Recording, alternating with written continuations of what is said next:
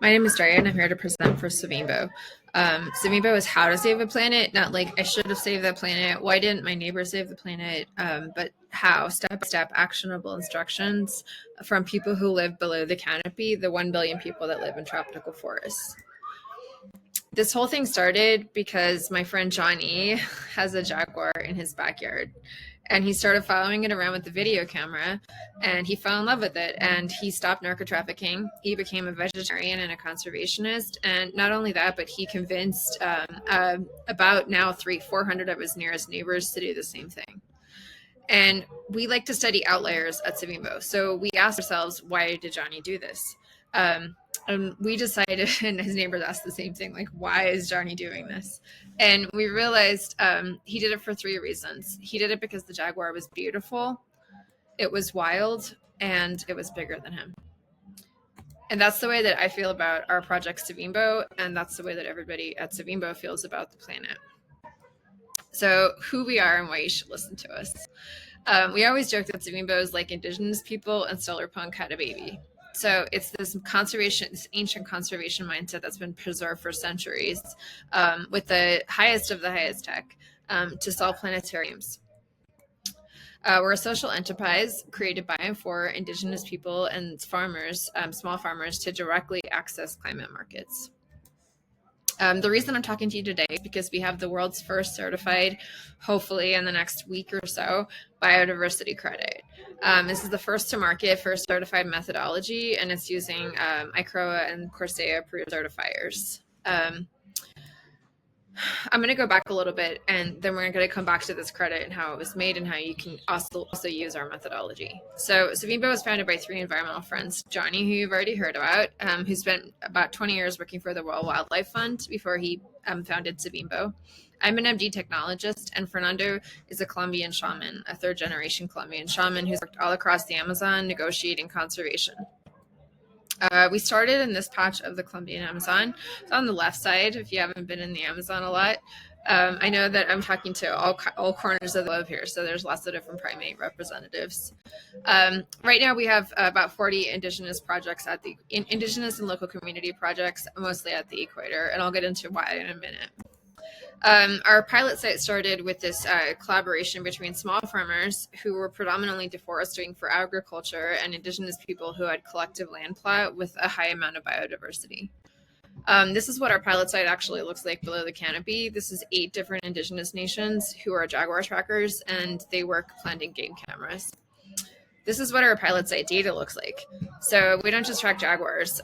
You got about 5,000 observations, and between the 5,000 observations, you generate about 582 observations that can be used to generate a biodiversity credit because they're of indicator species. So just a 10,000 foot view to explain how and why we came up with this methodology. The first thing is, you guys might know, but in 1972, there was a report by Club of Rome about the limits of growth. So their theory was that if Earth is a closed system, what happens if the human population keeps growing? In 2012, the Smithsonian did an analysis, and unfortunately for us, and maybe fortunately if it's true, and we're finally coming to terms with it, is that it's still predictive. Of what's going on our planet and what's happening to us right now and what's happening to other species. So we're essentially overloading the limits of growth. A lot of people get really depressed about this, but I'm a biologist, or I have biology training for an MD, and so I don't think we're like a bacteria overgrowing a petri dish. I think that's a really reductionist view of the human species. We have frontal lobes, and we have a lot more going on upstairs than other species do, and I think that we can actually solve this problem if we put our minds to it, if we actually acknowledge there's a problem and start working on it. As an example, we have the Convention on Biological Diversity. So in 1992, they made the convention, and they're starting to enforce it now. It's been ratified, which means it's law in 196 nations. In 2022, they came up with reasonable targets. And so what we're working on right now is one of those targets, which is a commercial market for biodiversity credits for exchanging positive actions. When it comes to biodiversity credits, I really like Google a lot and how they do a lot of their science and stuff. And they recommend using measuring what matters. You don't have to measure everything. You have to measure what's important. So we can't fix biodiversity if we can't measure it, but we also shouldn't have to measure everything. So how do we measure biodiversity? In our understanding and our negotiations with Indigenous leaders, we think that the biodiversity unit is the most important thing to meet global goals. First off, you need to look at the planet as a biological system. The majority of biodiversity is concentrated at the equator. That means you're working with weaker national governments, you're working with a lot of indigenous peoples, and you're working with less developed economies. This is a problem because in 2024, the IPCC released a report which essentially says that colonialism caused climate change, and so therefore you're not just working in a system that's that has variable biodiversity. You're dealing with historical inequities that have been really intractable to all throughout human history. So, what do you need to know about our method? And this is a cool tool, so we can work together. First off, and I think this is the most important thing and the one that I'm hoping to get your attention with, this methodology will conserve intact ecosystems for 70% less than carbon credits. So biodiversity credits can be done cheaper and more effectively because you can use local staff. When you're measuring a carbon atom, you need Western scientists to talk about that and measure it. But when you're measuring a primate in a tree, you can get somebody local to do that and collect your data for you or with you. This is great because the biodiversity market is about $180 billion projected by the World Economic Forum. And that means that you can funnel that $180 billion to the equator through the hands of locals if you do it right. So let's talk about how to do it right. This is our biodiversity credit. It is not the photo on the right. It is the algorithm on the left. So the algorithm is super simple and we'll get into it. So basically, we measure jaguars in our ecosystem, but in your ecosystem, you're probably going to want to measure primates. That's the point of the conference, right? And so you need to identify primates that are rare, threatened, endangered, or endemic, or trafficked. And those primates will have a home range. And when you find the primate, it'll give you a circle that the primate lives in. We all know, because you guys are scientists, that primates don't live in a perfect circle, but we did negotiate to pay people in a perfect circle where you find the primate. And this is an example of our algorithm running over a year in the Colombian Amazon with over 50, I think right now it's 50 different indicator species. So you might want to measure other species that aren't primates, but primates are going to be one of your species. This is what the data upload looks like. It's not that complicated. You just need raw data that indicates that a primate was physically there. That can be an audio recording, eDNA if you can localize it, potentially nests. You might have to negotiate that with your certifier. And then you need a lat and a long and a date. That's pretty much it. And then you need a good species identification. As an example, chimpanzees are trafficked and threatened. They're a great example of a primate. But on most of our sites, there's a primate in the site that they're using for an indicator species. And locals are great at finding primates. Everybody asked me who the clients are. We've identified about 6 different verticals right now, but essentially luxury goods will buy biodiversity credits, nature-based supply chains. Some people who buy carbon credits will diversify into biodiversity. And we also have people buying them for HR reasons. So you can get people to do things at work for a biodiversity credit that they won't do for $1. So I want to get a little bit nerdy about the details and how it works because you guys are scientists and you're going to want to know.